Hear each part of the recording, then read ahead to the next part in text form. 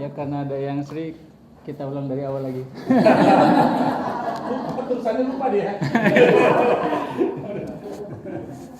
Alhamdulillah. Musik spesial ya kan? Halo. Putaran semua. Ya, masih muter. Sehat.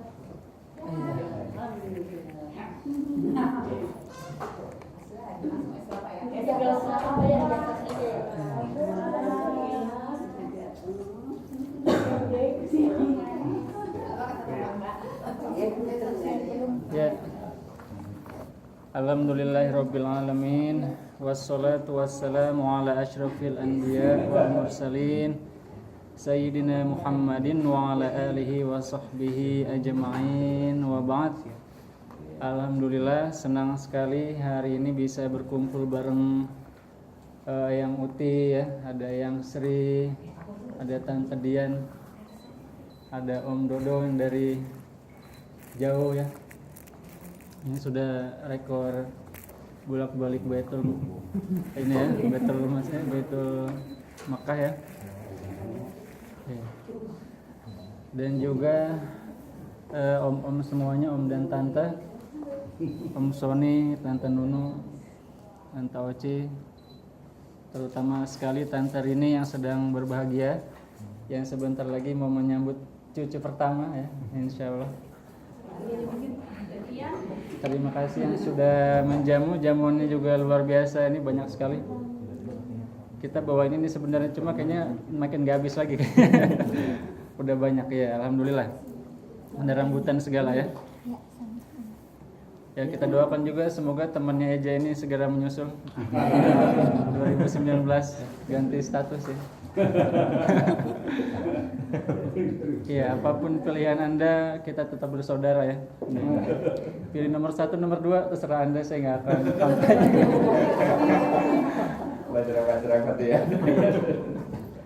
Ya kali ini saya ingin membahas tentang doa dan juga nanti ujung-ujungnya nyambung ke keluarga sakinah yang dibahas oleh Allah Subhanahu wa taala di dalam surat At-Tahrim. Nah, sebelumnya sebenarnya kita kumpul di sini untuk mendoakan ya, untuk mendoakan calon bayi Nyonya Cica ya. Yang insya Allah, dan juga calon bayi Nyonya Hesti ya. Ini Hesti juga udah sebenarnya bentar lagi masuk ke 8 ya. Ya sudah 32 minggu. Mudah-mudahan lancar semuanya, diberi kesehatan ya. Ibu dan bayinya selamat semua. Ya kita berdoa, dan salah satu wasilah ya. Jadi ada 3 cara untuk memperkuat doa kita. Boleh berwasilah melalui 3. Yang pertama dengan amal soleh ya. Maka dalam sebuah hadis Rasulullah menceritakan ada 3 orang pemuda terkurung di dalam gua, yang kemudian gua itu tertutup batu besar ya, mau didorong nggak bisa. Akhirnya mereka berwasilah dengan perbuatan baik mereka ya. Ada yang mereka jujur, ada yang mereka diajak berzina kemudian nggak mau ya, itu dijadikan wasilah dan tiba-tiba bisa kegeser. Jadi ketika kita mau doa dan doanya ini makin kuat, kita bisa berwasilah dengan amal soleh kita di masa lalu. Yang kedua dengan Al-Quran. Tukar poin tadi ya, tukar poin. Iya, tukar poin. Kalau istilahnya Profesor Nasruddin Umar ada namanya tabungan spiritual. Iya. Jadi ketika kita berbuat baik dan kita nggak nerima duit ya, itu nanti di saving ke dalam tabungan spiritual. Iya, seperti pulsa ya. Bisa kita ambil nih GoPay. Iya, itu dalilnya hadis tadi, hadis dari Rasulullah tentang 3 pemuda yang terkurung di dalam gua tadi. Nah, yang kedua dengan ini ya, dengan bacaan Al-Qur'an. Kita baca Al-Qur'an, baca Yasin dan lain sebagainya menjadi wasilah penguat kita supaya doa kita diijabah oleh Allah Subhanahu wa taala. Maka kita banyak punya halakat ya, ada Maulid kan, kemudian ada 7 bulanan, 4 bulanan. Walaupun secara syariah nggak ditulis ya dalam hadis, tapi itu bisa kita gunakan hadis-hadis yang lain ya untuk memperkuat doa. Jadi kita menggunakan Al-Quran dan lain sebagainya. Selanjutnya bisa juga dengan Asmaul Husna ya, dengan menyebut asma-asma Allah yang 99. Patah ya. Ya, Al-Fatah ya salah satunya. Ya, Fatah itu dari kata Fatah artinya pembuka, yang maha membuka. Maka dulu rezekinya alhamdulillah terbuka ya. Masya Allah. Nah. Kapti nggak ada ya kapti. Kapti nggak tahu dari bahasa apa itu. Alam-alam. Ya. Jadi memang ternyata beberapa bayi yang lahir itu adalah karena doa orang tuanya. Salah satunya adalah Nabi kita Muhammad SAW. Beliau ini adalah perwujudan dari doanya Nabi Ibrahim alaihissalam. Maka kalau kita buka surat Al-Baqarah ya, dalam surat Al-Baqarah itu ada di mana Nabi Ibrahim ini berdoa. Jadi setelah beliau ini membangun Ka'bah ya, kemudian bersama anaknya Ismail itu sampai selesai, kemudian beliau berdoa nih di Mekah ya. Apa doanya? Rabbana wab'ats fihim rasulan minhum yatslu 'alaihim ayatik wa yuzakkihim wa yu'allimuhumul kitaba wal hikmah wa in kanu min qablu lafi dhalalin mubin. Ya Allah, utuslah kepada mereka ini utusan yang nanti akan membacakan kepada mereka ayat-ayat-Mu. Yang kemudian akan mensucikan hati mereka dan mengajarkan ayat-ayat-Mu. Inilah yang kemudian Allah mewujudkan doa tersebut dalam sosok Nabi Muhammad SAW yang muncul lahir di kota Mekah. Dan di dalam kisah yang lain ya tentang doa ini ada juga kisahnya Nabi Isa alaihis salam.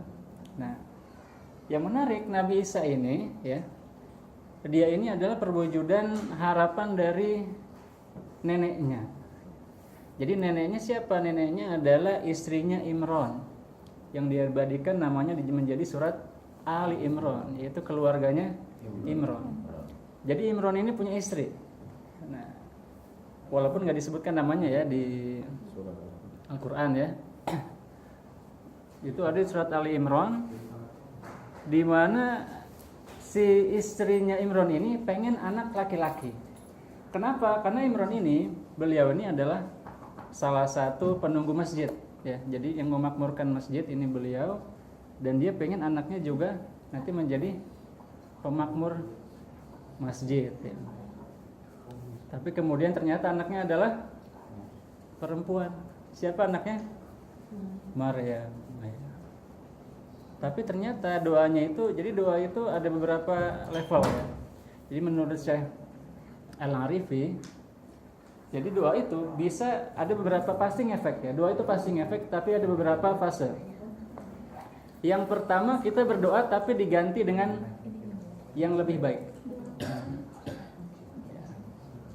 Atau yang kedua kita berdoa tetapi dikasih, tapi doanya ini nggak terkabul langsung, tetapi menepis bahaya yang lebih besar. Contoh misalkan ada yang sakit ya, kita berdoa supaya disembuhkan, tapi nggak sembuh. Bisa jadi doa kita itu sebenarnya sudah diijabah. Sebenarnya Allah pengen ngasih umur cuma misalkan sehari lagi ya. Cuma karena kita doa terus dikasihlah 2 bulan ya, 5 bulan. Itu bisa jadi termasuk efek dari doa kita. Jadi doa kita ini menepis takdir. Maka Rasulullah bersabda, la yaruddul qada illa doa. Tidak ada yang bisa menolak takdir kecuali doa.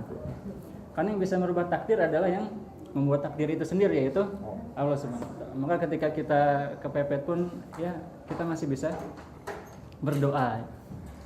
Nah, yang kemudian kita akan nyambung nanti ke surat At-Tahrim. Ini masih tentang Maryam nanti. Ada beberapa wanita yang disebutkan di dalam surat At-Tahrim ini. Nah, ini menarik karena Maryam ini, beliau ini adalah perempuan ya.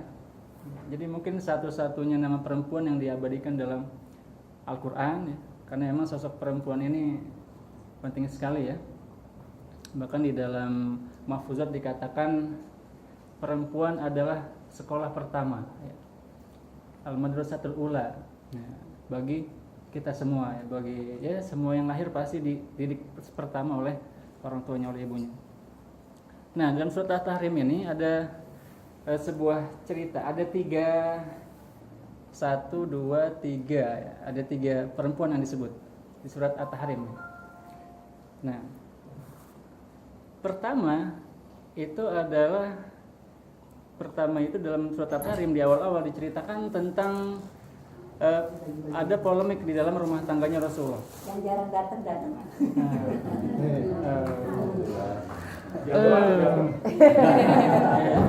Ya iya udah datang. Dia sama datang kepada Gatot yang punya itu.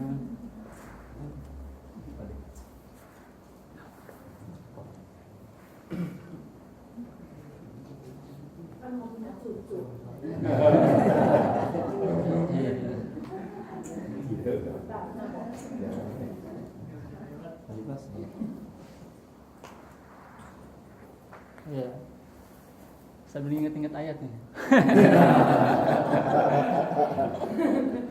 Ya, jadi suatu hari ada sebuah cerita begini. Jadi istrinya Rasulullah ini memberitahukan sebuah rahasia yang pernah diucapkan oleh Rasulullah. Padahal disuruh merahasiakan. Ya, ini salah satu hikmahnya adalah bahwa ketika kita punya rahasia di keluarga, ya, sebaiknya tidak disebar, ya, dibuka. Terutama buat yang perempuan juga sebenarnya. Nah, karena di dalam surat itu tentang perempuan, ya. Akhirnya ditegur kan. Allah ngasih tahu kepada Rasulullah, ini istrimu ini nyebarin rahasia. Kemudian Rasulullahnya ini negur istrinya. Kemudian istrinya nanya, kamu tahu dari mana? Nah, apa kata Rasulullah? Nabba'ani al-alimul khabir. Yang ngasih tahu saya adalah yang maha tahu, ya Allah yang maha tahu. Maka dia pun disuruh bertobat. Ya. Jadi memang sebagai suami istri kita harus saling menutupi kekurangan pasangan kita. Ya. Maka di dalam ayat yang lain dikatakan, hunna libasul lakum wa antum libasul lahun. Kamu yang laki-laki adalah pakaian bagi yang perempuan adalah pakaian bagi yang laki-laki. Artinya apa? Dua-duanya ini saling menutup. Ya. Makanya biasanya juga saling cocok gitu ya. Karena pakaian itu kan kalau nggak sesuai ukurannya nggak cocok ya. Ya. Ada yang kegedean nggak cocok. Ya, maka cocok-cocokan juga ya. Kadang nggak bisa dipaksakan. Nah, bukan merek kenapa nih? iya, alhamdulillah kalau yang ini ukurannya sangat cocok.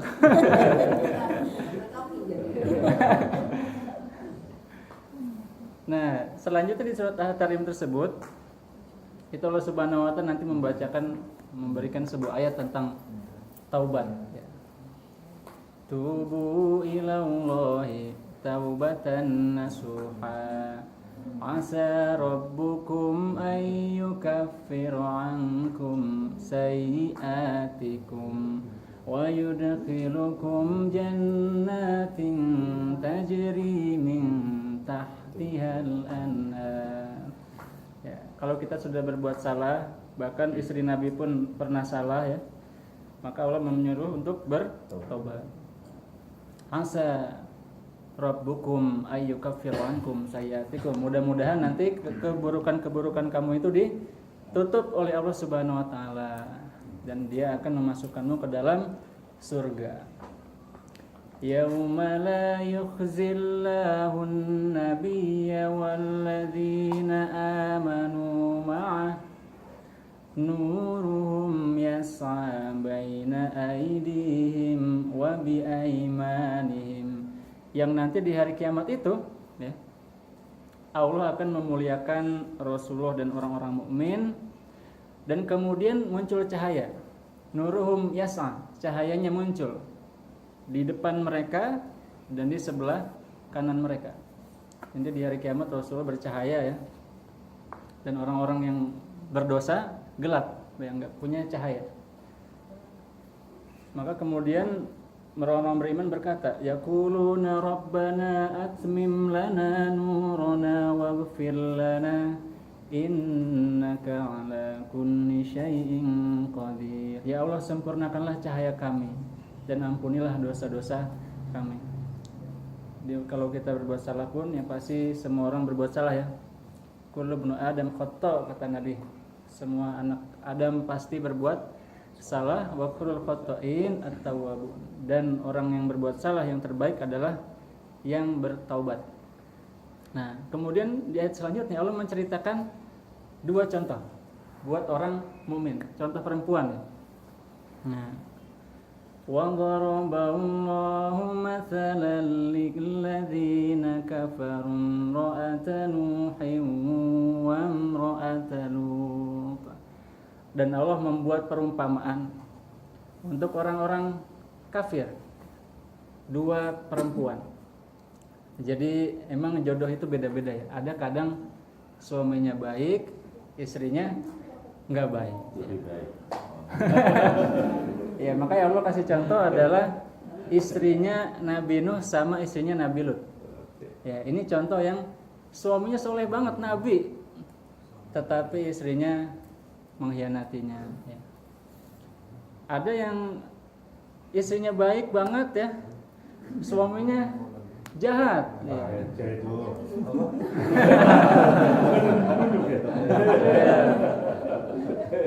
Siapa contohnya? Allah kasih di ayat selanjutnya.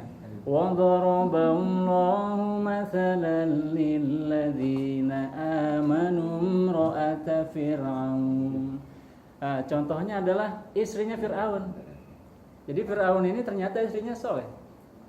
Walaupun suaminya mengaku Tuhan ya, bunuh orang nggak kira-kira. Jadi semua bayi lahir dibunuh, itu nggak terhitung lagi berapa jumlah yang wafat ya. Tapi ternyata istrinya soleh. Apa kata istrinya? Diabadikan doa istrinya di dalam Al-Quran. Apa kata istrinya?